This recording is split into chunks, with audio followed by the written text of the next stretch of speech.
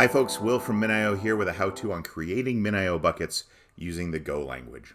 And in this video, we're going to be using Go 1.19. We're going to be connecting and making buckets out on play.min.io, which is our online sandbox where anybody can connect to and play with MinIO. And we're going to be running all of our code out of VS Code. And by the end of this video, you should be comfortable with using the makeBucket function, which calls makeBucket options to create a bucket up on MinIO. We're also going to take a look at the bucket exists function, which allows you to test for whether a bucket actually exists. Let's take a look at some code. And here in my demo code, this is my main package with my main method. I am also importing a few other packages. Some common ones like context, format, and log are used all over the place. But I'm also importing a couple of other ones. I'm importing the MinIO demo MDF. That's some MinIO demo functions in a package that I've set separately so that I can just call what I need to call to scaffold my example.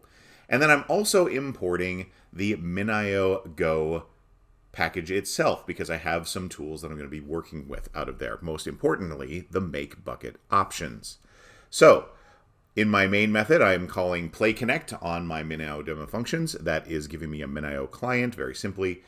And what I'm going to do with that client is I'm going to try to create a bucket named Go Demo Bucket. In order to make this call, I'm going to call the makeBucket function. The makeBucket function takes a context. In this case, I'm going to use a very simple background context that doesn't have any interrupts or anything like that.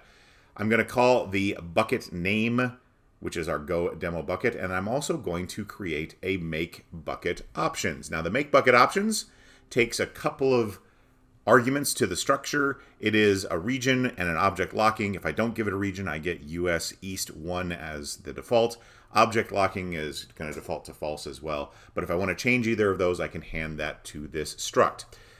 What I get back is an error. If there's an error, I'm just going to print it out. I'm going to use the log print style so that I can add this to a log should I want to.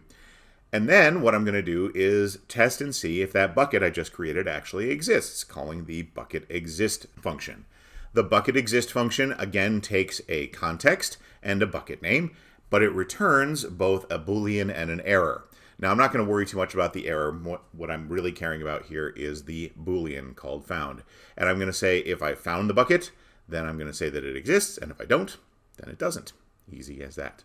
So let's go ahead and run this code. And here, all I need to do is do a go run. And I can call demo.go, but I'm just going to do go run dot because it's all in the same directory here. And guess what? My bucket exists. Now, you might think if you run this a second time, well, it's going to just say that it exists again. But in point of fact, you're actually going to get an error back out. And that error that you're going to see says basically the previous request to create the named bucket succeeded, and you already own it. So that bucket is already out there. It's already owned by me. I can't do anything else to create it. So that's the error message that we get back. So that's the log style that you can see there rather than the basic format style. What this means, fundamentally, is that I've done this backwards. You should really check and see if the bucket you want to create exists before you try to create it. But that's everything I have to show you on creating a bucket using the Go language. I hope you've enjoyed this little demo. If you'd like to reach out with us, you can use any of the methods you see here on the screen. You can also chat with us interactively on minio.slack.com or just leave a comment here on the video. Thanks, and we'll see you for the next one.